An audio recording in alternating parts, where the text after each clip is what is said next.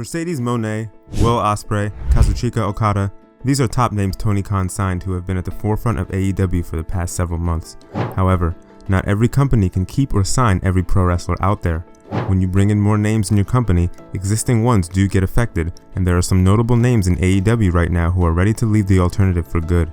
They aren't just any performers, they are the ones who should have seen better booking in AEW because their talent warrants it. With contracts of some of these AEW stars coming up soon, there's no doubt that they are ready to make an impact in WWE.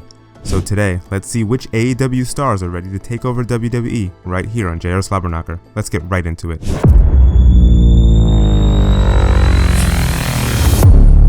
Ricky Starks. This is inevitable. Many have been predicting this for some time now, and judging by the current landscape of AEW, there's no doubt that Ricky is headed to the WWE. But the one thing that baffles me the most is that Ricky had the potential to be a top guy in AEW, and it's a shame that Tony Khan never saw that in him.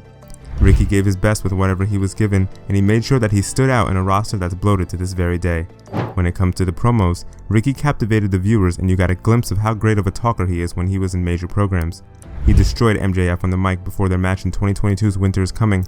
He was able to hang with CM Punk during their feud in 2023. It's not just the promos he's good at.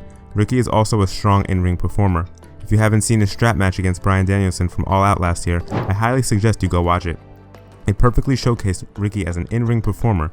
Ricky hasn't done anything after he lost the AEW World Tag Team Championship, and it's strange that Tony Khan is refusing to book him on TV.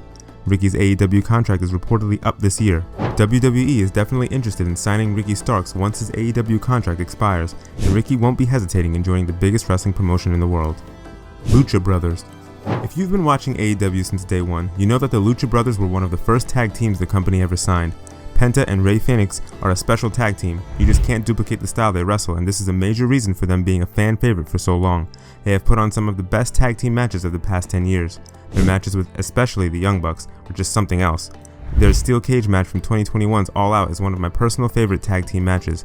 Yes, I know it's more of a spot fest, but it's an exhilarating match that took place in front of a hot crowd. As I stated that AEW has a large roster, Tony can't put every performer on TV every week, and this is something that has also affected the Lucha Brothers.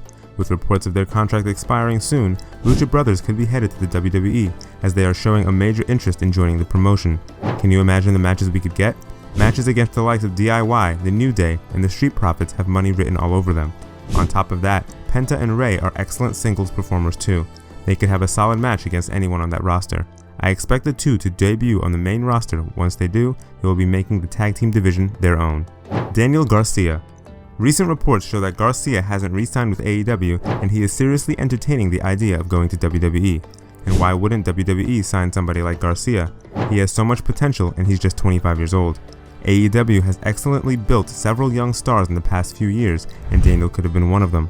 Yes, I know that Daniel has been showcased well, and he's sort of intertwined in the ongoing feud between Will Ospreay and MJF, but I would be lying if I said that AEW has booked Daniel perfectly. They have dropped the ball so many times with Garcia. The company was putting on a great program when Garcia was in the Jericho Appreciation Society. The story of Garcia having great matches with Bryan Danielson and realizing that he's more of a pro wrestler than a sports entertainer was great stuff. This should have led to greater things for Garcia, but it went nowhere. Even after leaving the Jericho Appreciation Society, Garcia hasn't done anything noteworthy.